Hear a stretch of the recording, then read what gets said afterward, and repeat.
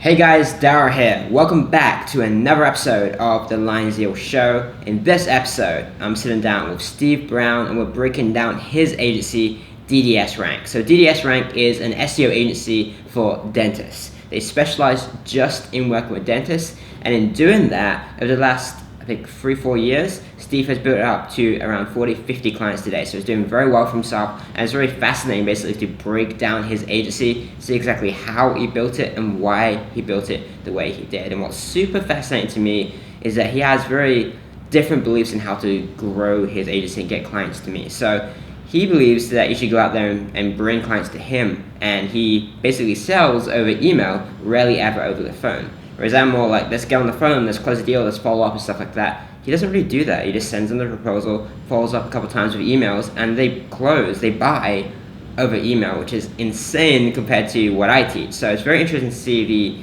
the opposite side of how exactly you can do this. So hope you enjoy the interview. Let's get straight into it. It's going to be great. Enjoy. Thank you for joining me on this show today. It's very cool to have you here. We've been friends for a while now, so I've been meaning to bring you on for ages now. So thanks for joining me.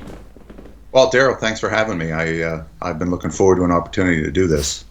Awesome. So I guess most people, you don't really build up a brand, and when you do, it's all under a username, so most people don't know who you are. So do you want to give like a little introduction as to who you are and what it is you do?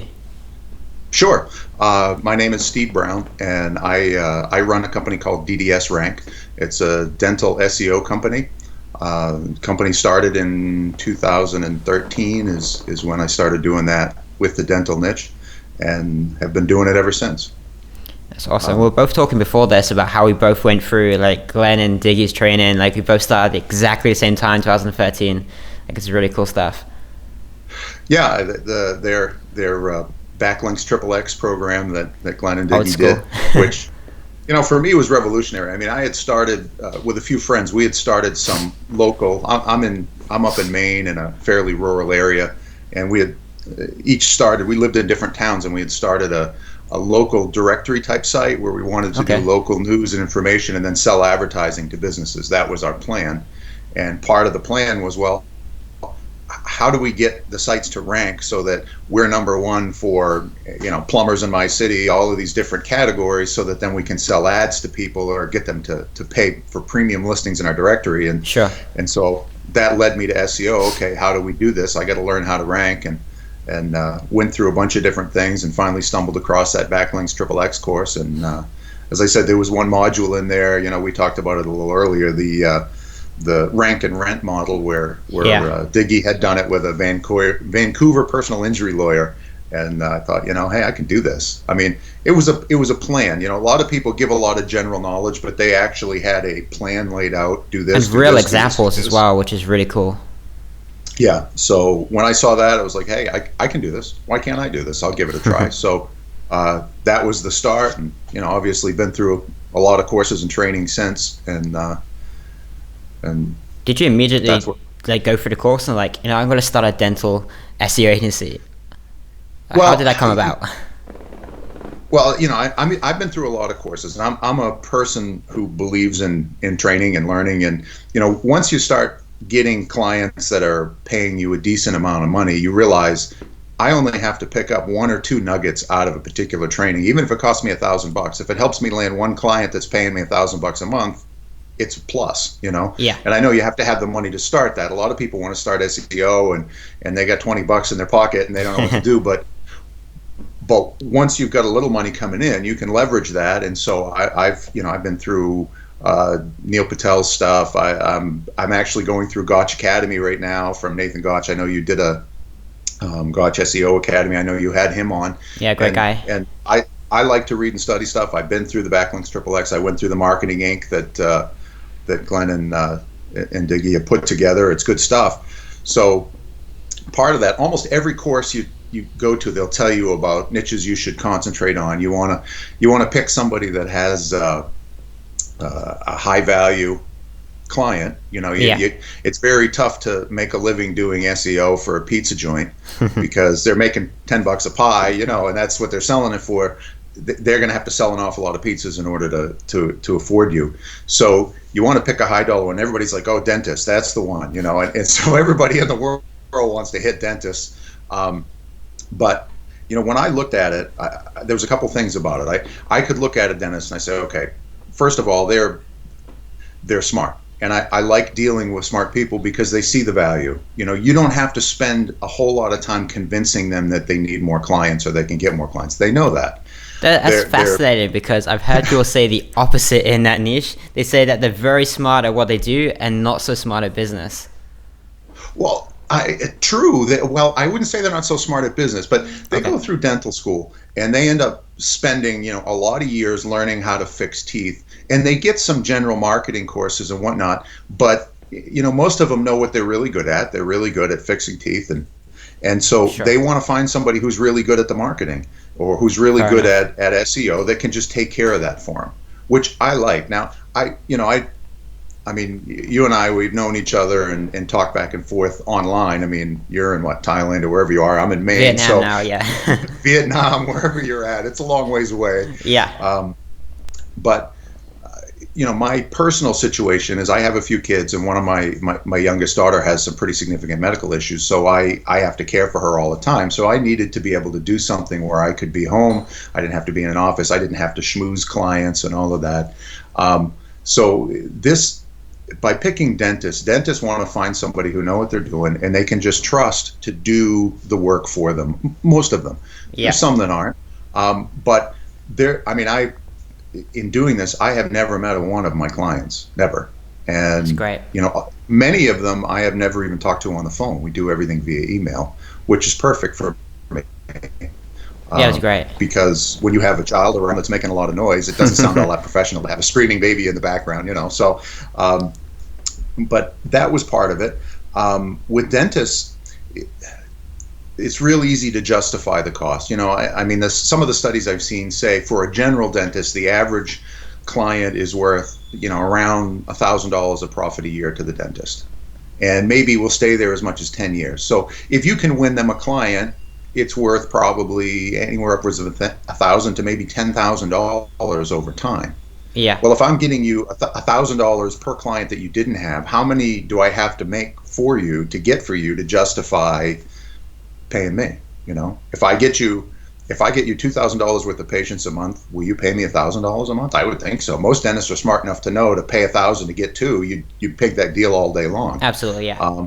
If you start talking specialties, you get to braces, it's a higher number. Some of the very special dental implant things, some of those procedures are $20,000. How many of those do you have to sell to justify doing the SEO work? Yeah. So on that hand, you have to be smart to be a dentist. You may not have all of the marketing and business skills or advertising or computer or technology skills, but you understand that how money works and you understand numbers and you can make the case. They know what they would have to pay in advertising. I've picked up clients and they came, well, we always used to just buy ads in the yellow pages. Well, okay, well, how much were you spending? Oh, we were spending $10,000 a month on yellow pages ads. Yeah. How long? That's just sad. But back in the day, what else did you do? You put an ad in a magazine and maybe you spend a few $1,000s to run in a local magazine or an ad.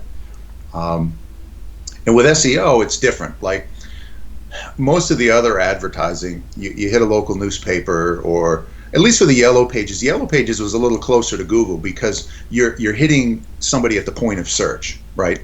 They're actively looking, so they go to the yellow pages section on dentist, and hey, you want to have a full page ad in there because when they're looking for a dentist, you want to be in front of them as a dentist.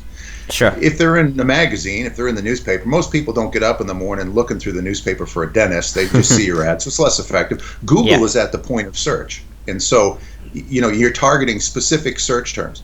It's almost equivalent to looking at like social media marketing, Facebook. Facebook, at least for dentists, is less about people looking for a specific thing as it is for just general brand awareness, And Facebook social media marketing, it's great for targeting a demographic, targeting an area, using social proof. Hey, 3 of my friends have liked this dentist. But Google and lesser Yahoo and Bing is really where you want to go if you want to target people who are actively searching. So, you can make the pitch to them there. You can pitch them on the value of advertising. Keyword Planner, although it's gotten worse over the years, still gives you ad value. So you can say, hey, people in your market are paying $10, $20 a click for these things. If I get you the equivalent traffic of of 50 visits a month, that's at $20 a click, that's $1,000 a month worth of ad value that I've given you, and I might have brought you a client or two that's worth 1,000 or 2,000. So it's real easy to justify what you're doing. For sure. Let me ask you, did you go straight to like the dental industry, or did you kind of play around with some others first? You know, I looked at a few. Dental was one. I looked at lawyers because, again, they all say, hey, go for the high value. Yeah. Lawyers have always made me extremely nervous because they sue people for a living, you know? So if you mess something up with a lawyer, they got nothing better to do than to sue you. They know how to do it very well. Whereas, so I was always a little nervous about going after that niche. I mean, I've done some things, and I've worked for clients in other areas. I've done some affiliate SEO. We talked about that. Yeah. But really, dental was the one I decided. You know, Google has a thing out there. I'm sure you've probably seen it at some point, but it's their famous 10 things I know to be true. And it's like their little manifesto. If you go search Google 10 things I know to be true, everywhere there's this list. And number 2 on the list is it's best to do one thing really, really well. And I really felt like, you know what? Yeah, of course they do everything now. They do, you know, online tools in every area. But the search is their main thing. And for me, you know, when it comes to doing client SEO, one of the problems with doing, let's say you want to be the local SEO for your town. Well, keyword research takes a lot of time to do it well, right? And so if you're doing plumbers one day, and if you're doing, you know, whatever manufacturing company the next day, or dentist the next day, you got to do a lot of work. But if you only deal with one particular industry, yeah, from one city to next, the keywords change a little bit. But once you kind of know what people search for in the best terms and how one industry works, you can leverage your time so that you're not reinventing the wheel with every time you pick up a different kind of client. I mean, being straight up, like if me versus you went in to get a dental client, you'd win every single time because you know the language they speak, you know the ideal keywords, you know everything all up front, right? Yeah, it's funny, you know. I mean, my company is DDS ranked, DDS Doctor of Dental Surgery. That's the 3-letter, you know, acronym that comes after a dental name. And so I'm going through keyword research early on, and I'm searching for different terms. Okay, dentist city, city dentist, dentist in city. Maybe you can hear that. You get broken into there, or some weird kid screaming or something in the background. I thought my weird kid would be screaming. I'm glad it's yours, not mine. But I remember looking at terms, right? And then around me, DDS, nobody searches for DDS in my town. Nobody does. Nobody does in most cities. But then I happen to be doing some research down around Georgia, I think, around Atlanta. And one of the highest ranking terms with the most volume was, you know, Atlanta DDS. And I'm like, wow, why do they use that term down there? Well, where I come from, and I know you're from a different country, in the U.S., when you need to go get your license, you go to the DMV, the Department of Motor Vehicles.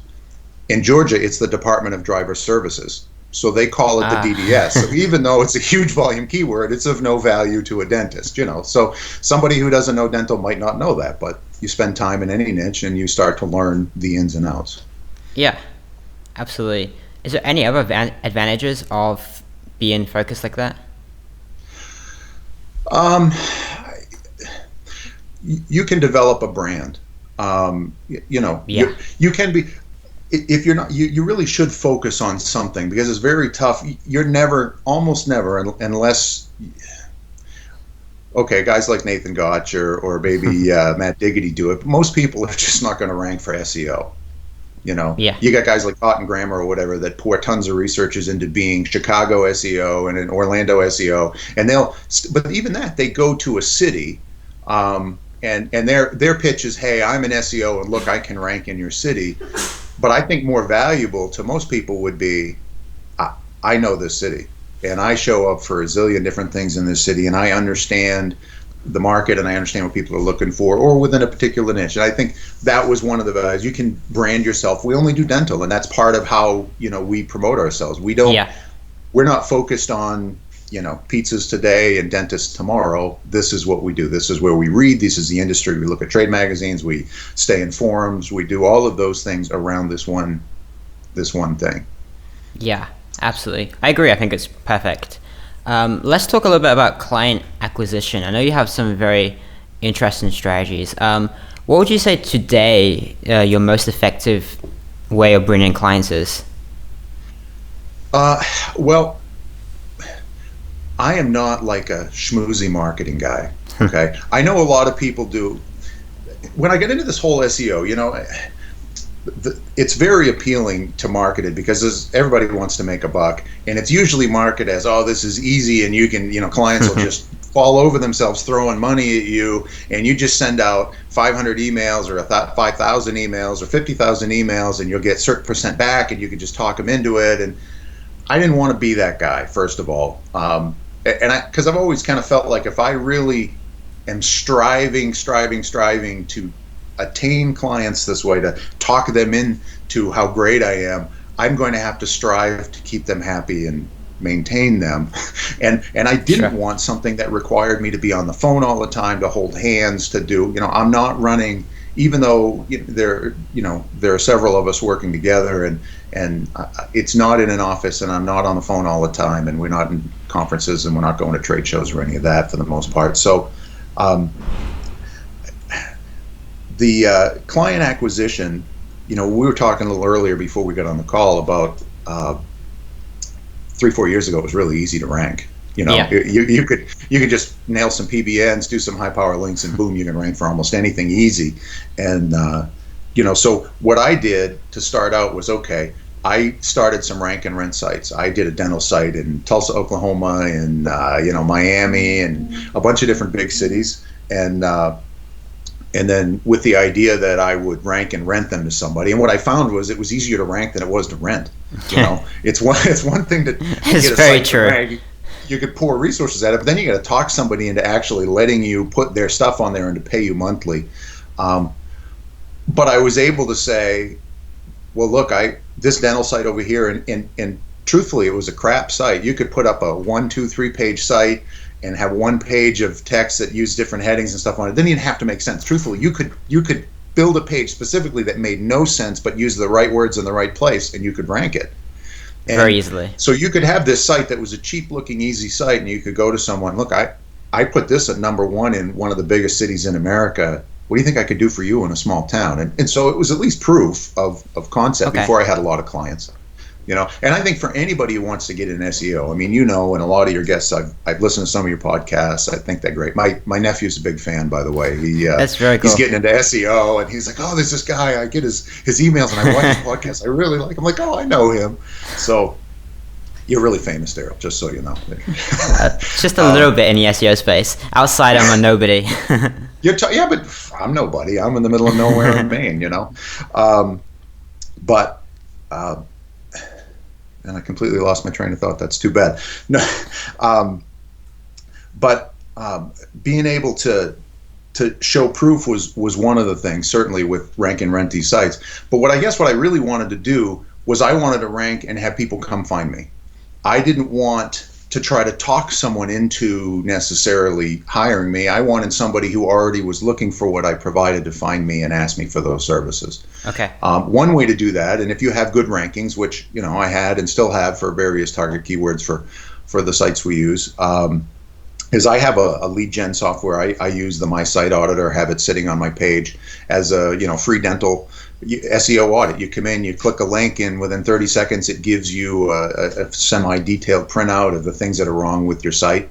And it's a lead gen tool, and people use that. And so if someone comes to your site for dental SEO and they use your lead gen tool, they're looking for dental SEO. They're concerned that their site isn't ranking well, whether it was because someone else messed it up or because they've never done anything.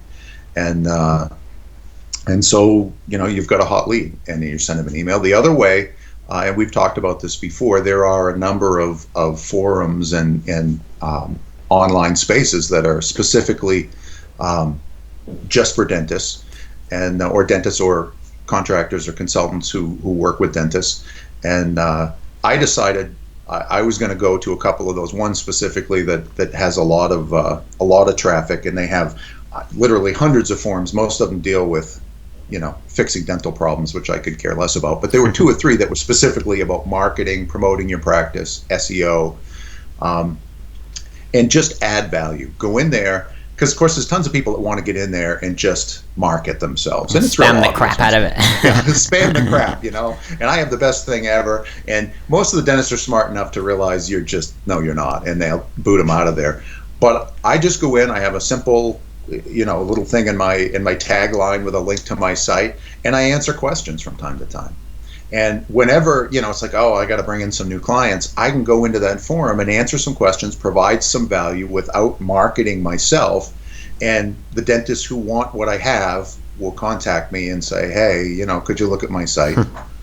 One of the things we do that a lot of people don't do is we do in-depth audits for free.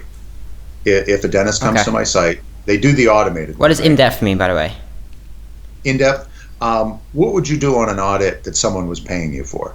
Okay. I mean, literally, someone will come to me and say, would you do an audit on my site? And we will do a backlink profile audit. We'll do keyword research. We'll look at their competitors. I will go over their site with tools and also somewhat manually and write them up a 20 or 30 page report. We'll spend hours on a potential client. Okay, wow.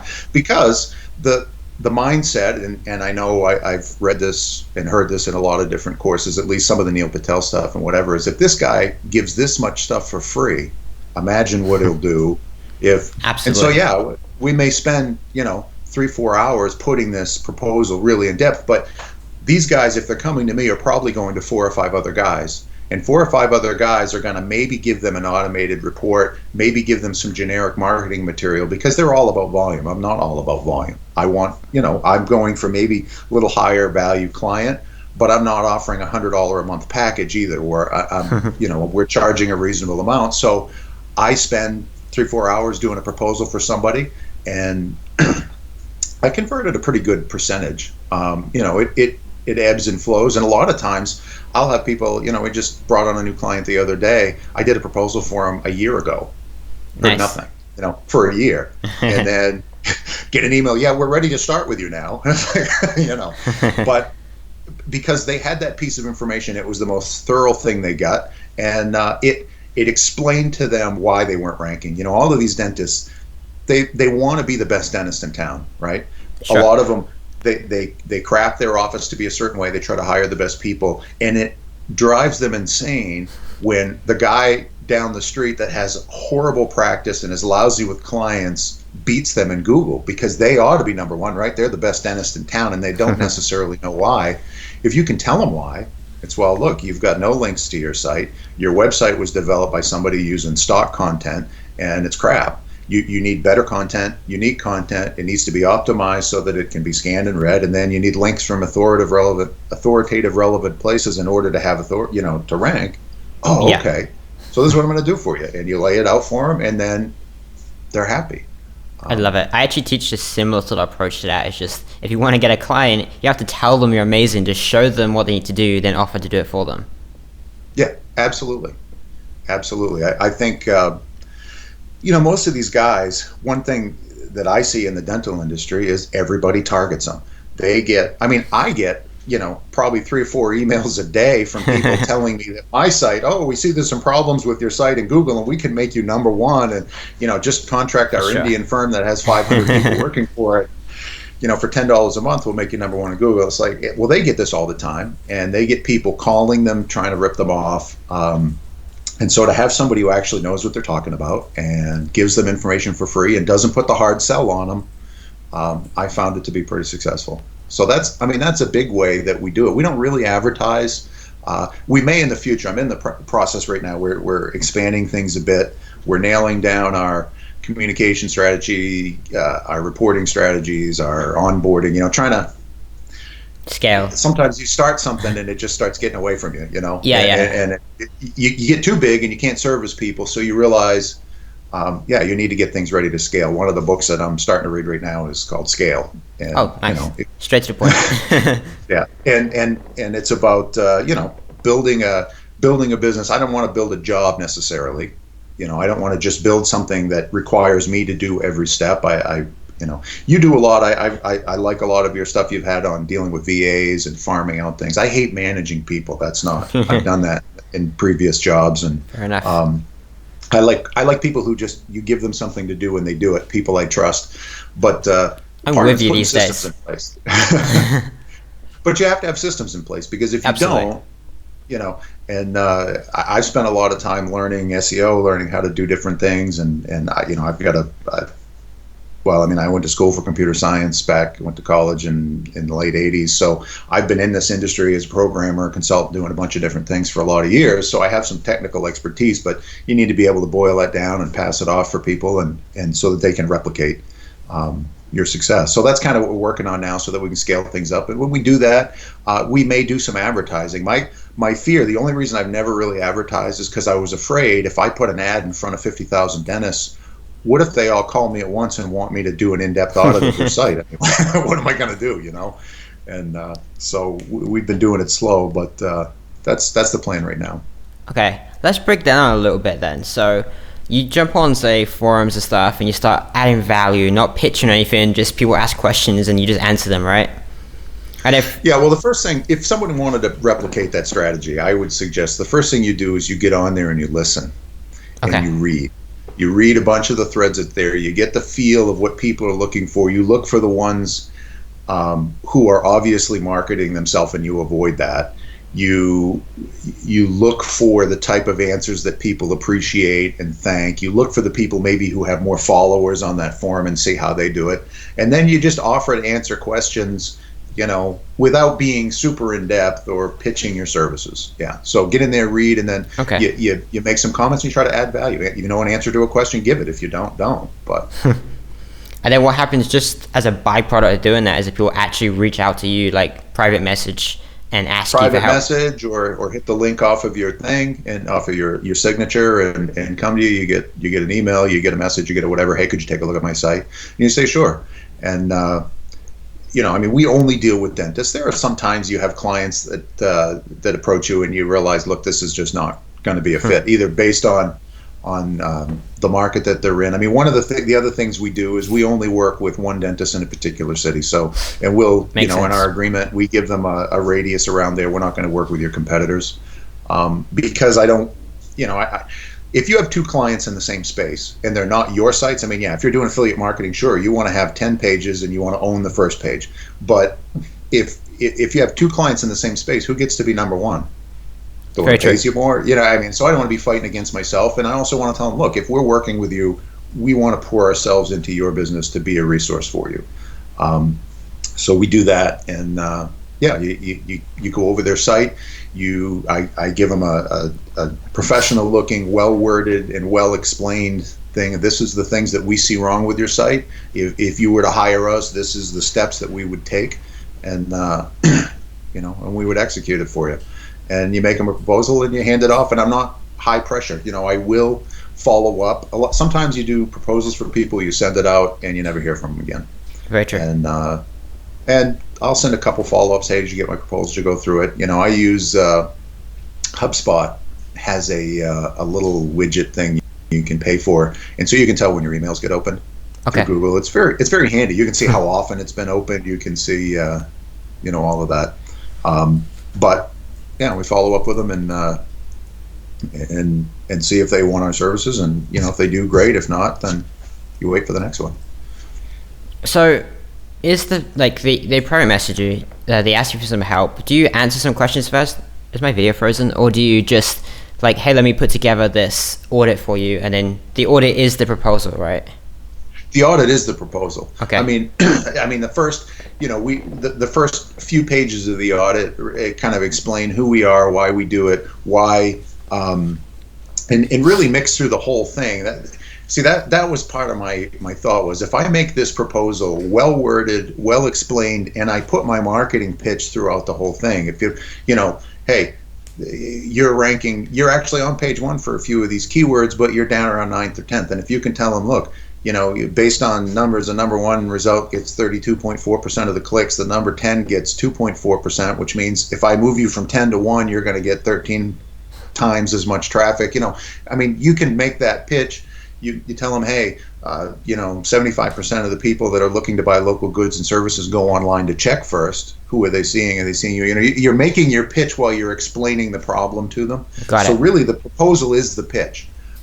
Sometimes, you have to have phone calls. Sometimes you have to have more email exchanges. You solve particular problems, or you tell people, your site's penalized. I'm sorry, look at it. You're in the 70s, and it's because of this. Somebody built 6,000 links to you. But yeah, that's part of it. And you answer questions. I mean, I'm not going to sit there and fix somebody's problems for nothing forever. Yeah. But typically it doesn't work that way. They recognize the value, they see the logic in the proposal, and and we're still working to tweak that. I think one of my things that I have to work on, my proposal is a little too wordy in some places, and I want to make it a little more visually appealing. Put some infographics in there to help spruce things up. But by and large, we've had pretty good luck with it. I wish I nailed It's all my fascinating clients. to me actually that your sales approach is literally just email them a proposal and then you get people to actually sign up on that.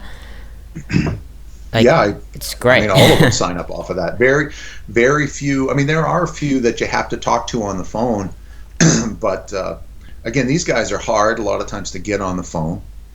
Sure. The other thing is, when you're looking at your site and you've got a lead gen thing, and people come in and do a scan of their site, and a lot of times, like today here, and can I say when the date is here? I don't want to mess up your podcast in case you're saving this for way down the road. But no, it's a holiday here. It's a holiday here. It's the 4th of July here. And so, I haven't looked yet today, but I would really expect that today I will get some dentists hitting my site audit tool because it's a day they're not working and they're sitting around a lot of times late at night or on a weekend, and they're surfing and they see their competitors ahead of them and it's driving them nuts. And so they'll go hit the tool and they're not easy to reach a lot of times. And so, they're not looking for somebody. They want to just hand it and have someone handle it. There are some dentists who want to micromanage, and those ones typically don't do well either. But the ones who are successful say, hey, what I know how to do is I know how to do dentistry. I make money when I'm working on people in the chair. I don't want to micromanage the landscaper. I don't want to micromanage the builder who's doing my office, and I don't want to micromanage my SEO. I just want it to work. He can do the work. He can report to me on what he's done. I can see the benefits, and boom, that's it. For sure. Okay, so let's go to the other client acquisition method. So you said you rank in for SEO terms. They go to your dental SEO terms. They go to your website, and you have the My Site Auditor on there. What happens? So they enter the URL, right? They enter the name. I think their website address, or maybe the email as well. How does that turn into a client? How does that turn into a client? Well, sometimes it does, sometimes it doesn't. What happens is they put that in, they put in a keyword, they can put in a competitor, and it will do an audit. It'll hand them right online. They don't even, they could put in a fake email. If they put in a fake email, it never turns into a client unless they do another contact, which sometimes they do. I also have we have an order and in-depth SEO audit, submission form on the site as well. Okay. And that's how people contact us. And so in the branded My Site Auditor thing that it does for them, that gives them an audit of their thing, it says, this goes over some common factors of SEO. If you're interested in finding more detailed information, and here's a link, contact us here. But often I'll send them an email once I get notified, hey, you've got a new lead, and I'll send them an email, say, I saw you used our automated tool, but it, again, just goes over common SEO factors. But if you want someone to look over your site and give you detailed information for free, just let me know and I'll start the work for you. And sometimes they respond to that. Sometimes they go fill out the form themselves for the detailed audit, and then we do the work. We go through, generate the audit, build this document to them that includes a proposal and all of that, and send it via email. They look it over, and you say, hey, do you have any more questions? I know there's a lot of info in there. You have any more questions? Give me a call or send me an email, and we'll go from there. And most of the time, if the proposal's good enough, it's the same pitch that you would make. I mean, you understand, like I do, at some point, even if you're making an ungodly hourly rate, you only have so many hours in the day, and you want to leverage. People who sell courses. You have a course, and part of the reason you do that is how many people can you train individually? There's only so many. But if you build a course, you can, right? Well, and I try to leverage by saying I can only do so many site audits, but if I niche down so that I'm focusing on a common set of keywords and terms, I've saved myself some time, and I can leverage that. Well, if I craft a proposal that has a lot of my pitch built into it, I don't have to say that time and time again on the phone. I can send it to them as part of the free information I'm giving them. And truthfully, the audit that we do is good. I mean, it's not like we spend time on it. I think you showed me it before, actually. Yeah, I would probably change it a little bit since then, but yeah, don't share it, please. You gotta have some trade secrets, but. Sure. But yeah, and so it is good information. It's good free information, and they pay. A lot of competitors and people in other spaces charge hundreds and hundreds because it takes hours. Sure. So. But yeah, if you give them that free information with your pitch, they see the value and they sign up. Can I ask you to go through some basic numbers with me then of how this stuff sort of performs? So first up, I guess I'd be curious, as a rough percentage, how many people do you think that go through like My Site Auditor will end up going ahead and requesting the like in-depth audit?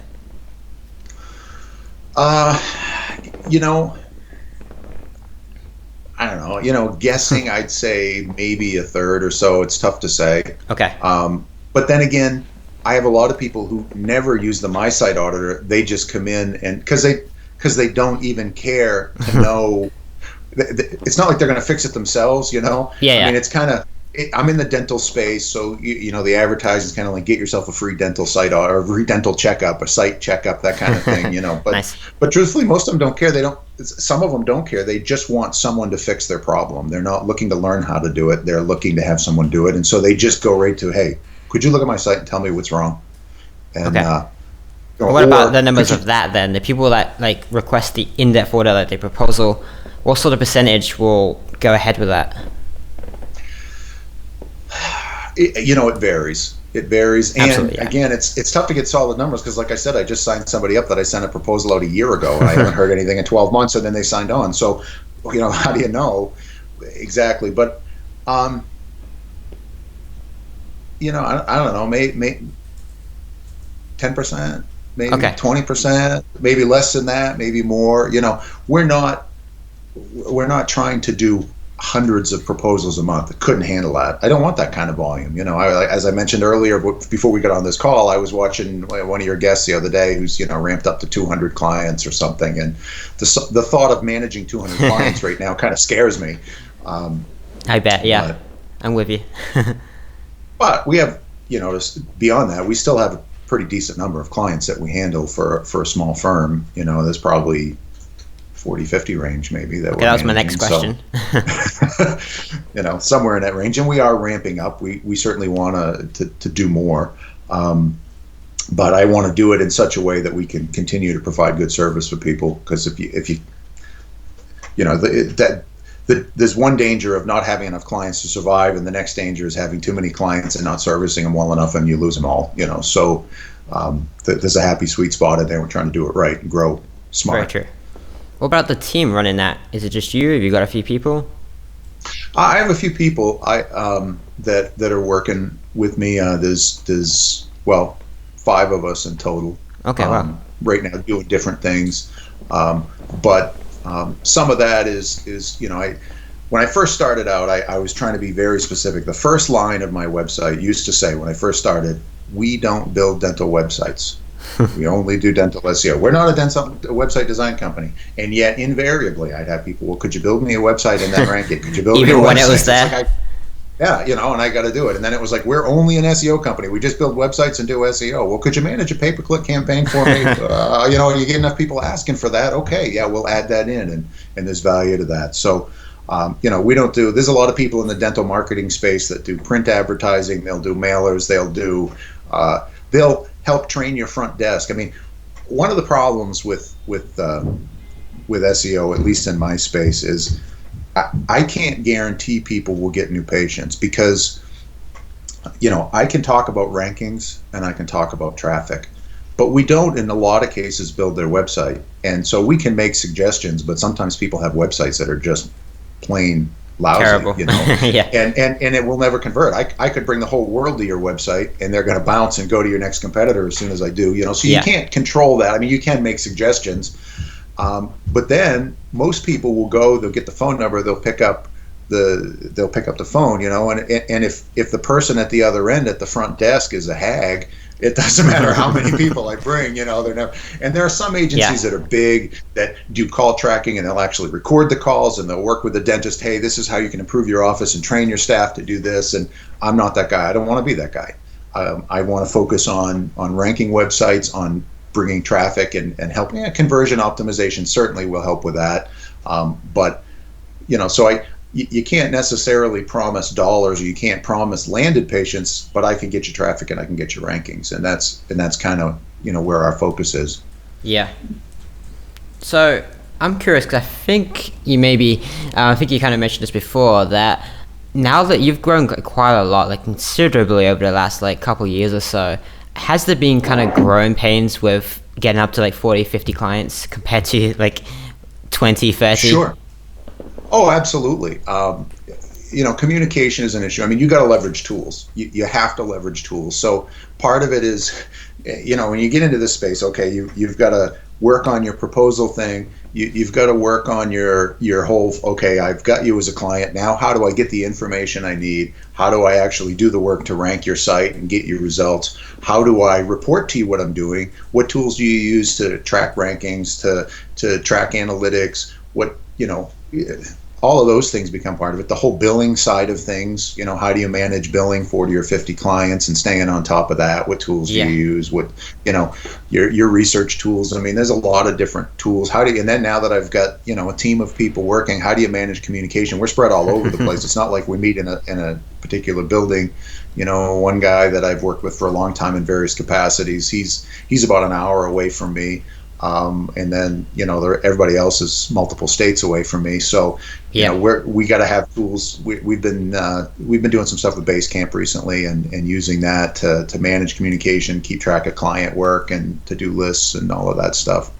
It's a good tool, but we're still nailing all of that down. Okay. Is there any other like tools that like your agency like couldn't survive without? Yeah, I mean, we use FreshBooks to do the billing. Okay. And it's been good. It's an accounting software, but it's not. It's really, we use it for billing and really for billing. That's what it is. And so most everybody pays me online. I mean, where you have a credit card processor, and you also have PayPal, and they can pay either way. And the bills go out. You can schedule them automatically, so they go out on a recurring basis. And that's been pretty handy. And again, you can see when bills have been viewed or when they haven't, and it'll send overdue notices and all of that stuff. So that's been a pretty handy tool. The Basecamp has been handy so far. Use the standard SEO tools. We use, I have Majestic and Ahrefs and Raven tools and the whole lot. SEMrush. Yeah. All of those things for different things. You writing those down? Yeah, I'm the links for like resources afterwards is like clearly taken out. But a lot of those have a cost too. So, I mean, for certain things in doing audit research, I like Majestic for looking at links and backlinks and that. But I've been warming up to Ahrefs more for certain research things. I missed that. I like the SEMrush. SEMrush has some good audit tools in there, and there's some stuff we get out of that I like a lot. Raven tools, we just went through and for doing analytics reporting, automated analytics reporting, and we evaluated several that were out there. And you want to pick the tool that you can report what you want to report and not report what you don't want to report. And so I think we're pretty settled on using Raven tools for doing that now. But there are other ones out there that we looked at. I'm trying to think of one of the platforms we looked at for a while was is it UpCity? Is that what they are? And they're like you manage clients in that. It actually scripts out your whole process and they have a process for ranking clients that it scripts out, and it gives ranking reports and analytics reports, and you can check off, you've done this, you've done that, you've done that. One thing that I never wanted to do is I don't want to report on I built X links for you or I did whatever, because truthfully, if I get to a place where maybe I don't have to do a whole lot for you for a month, I don't want you to be dissatisfied. I've got you ranking well. Why should I tell you that I didn't have to build any links for you this month because everything I built is doing its job? So certain things you report, certain things you don't. But hey, you touched on something earlier. You said that like scaling issues. You said sometimes you don't like you need to track like when you need to send them invoices, when you need to track everything, when you need to report to them, when you need to message them and stuff like that. How do you stay on top of that with like 40, 50 clients? You don't sleep is really the way that I figured. Fair enough. No, I mean, it's like anything else. If you get a system in place to handle it, there are a ton of automated tools. When I set up a new client in FreshBooks, I can set up their invoicing and I can automate it so that it happens on the same day every month for the certain amount. When we set someone up in our ranking tools, we typically, one of the things I like about the rank tracker that we've used, and I've kind of been I've used a few pro rank tracker, what else, but the one that I kind of like right now is SERPbook. Okay. And the reason why I like it, I mean, it tracks how a client is doing Google, Yahoo, Bing, Google Maps. If you want, you can track desktop or mobile across that, but it also allows you to do a white label page, I guess. Basically, you can embed it on a page on a site. Yeah. And so we could set up what we'd call a rank tracking portal for a client, give them a web address they could go to that's, not indexed. It's just their web address, and it shows all the keywords that we're doing for them, and it's updated daily, and it shows history over time. So we could just send them there. You want to know how you're ranking, you don't have to call me and ask. Mm-hmm. You don't have to do the searches yourself. You can actually look at this and see what we're doing. And so, sure. And it also has automated mailing capabilities too. So you can say on the first of the month, I want to send out a PDF of our, a branded PDF with the rankings in there. So anything like that can do stuff automatically for me, I like. Okay. Fair enough. Must be massively helpful as well when you have a lot of clients.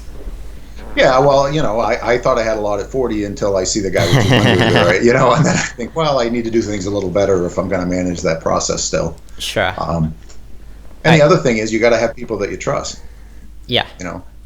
I recognize the value of having VAs to do certain type of work, and I've used the VA one time with some success in the past, but I'm never going to have a VA communicate to my clients. Of course, yeah. So I decided I want to work with people that I trust to be able to talk to clients and to be able to, and that way we can kind of divide and conquer. If you have somebody who really focuses on the map side of things, or we're doing AdWords campaigns, you can say, hey, talk to the AdWords guys. You're going to do a website design project. This is the website design guy, and he'll walk you through the project all the way through, and it doesn't have to be me managing the project necessarily. So it's the only way to scale, right? Like as we're speaking, I got CJ messaging me like give me updates on how his calls are going. Well, and that's fine. There are some. I mean, I've had some clients I've had to let go in the past. The absolute worst that I've had in a couple cases. It's funny. It's happened this way. A couple cases where you've had a woman who's been a dentist, and her husband is a project manager, like software developing project manager. Okay. And he's the one who hires you, and he's starting to tell you, well, you're going to do this today, and I want you to report to me, and you have to say, no, that's not what we're not going to do. If you're looking for that, you're not managing this project. If you want that, then you need to hire somebody else. Sure. You're hiring me to do the work, and you're not going to direct me on what to do. If you knew what to do, you would have done it yourself. You're hiring me because you don't know what to do, so just let me do it. And if that doesn't work for you, that's fine. There are other people who will, need the work bad enough, but I don't. Sure. So, hey, final few questions then, because we're getting 47 minutes. So let's keep it. Firstly, is there anything like really good nuggets you have to share that I just haven't asked you a question so you can answer it?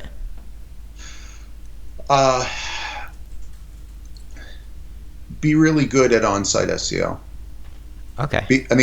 Because truthfully, the people that I have for clients, in a lot of cases, a majority of their competitors aren't even trying, right? So they just have a site and they don't know anything. They had it built or they use some tool.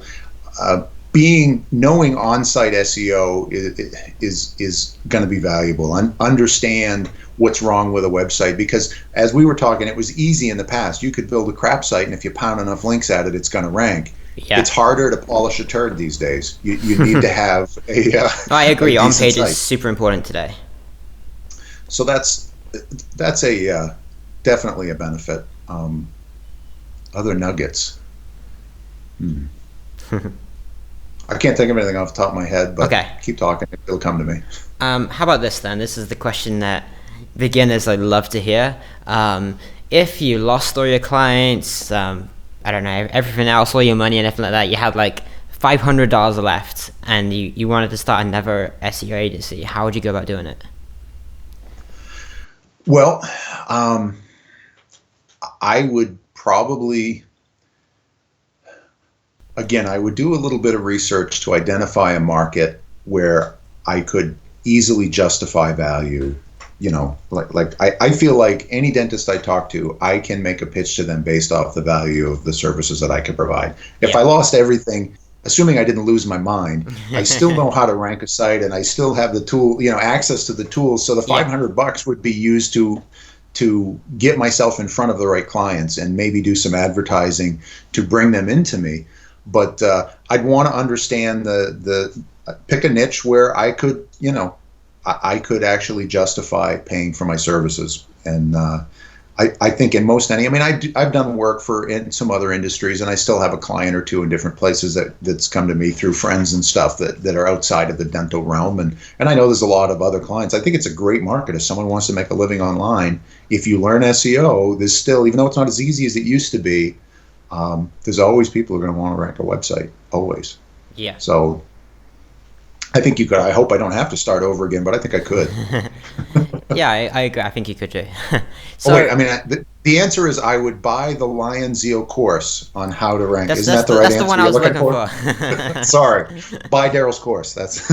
Read your emails. I read your emails all the time. I love your emails, the conversational ones. They suck me in, and I like as I said, I've watched a bunch of your videos, and I think they're really good, and they all provide value. It's excellent stuff. Thanks, man. I appreciate it.